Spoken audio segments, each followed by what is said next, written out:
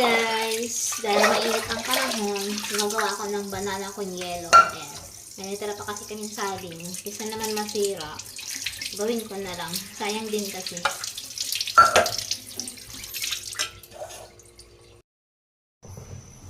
Sinuluto ko na siya guys.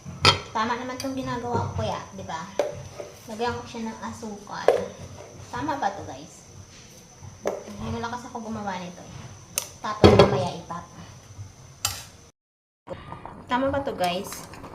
Medyo may sabaw. Tapos mamaya lalagyan na lang ng yelo tsaka ibap. Ganito ba to? Pero nilagyan ko na ito ng asukal. Ito na siya guys. Lalagyan natin ng ibap. Tapos yelo.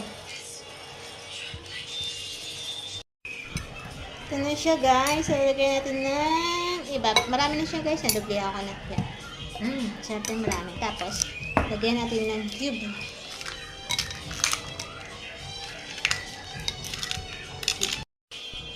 Ayan na. Titikman na natin.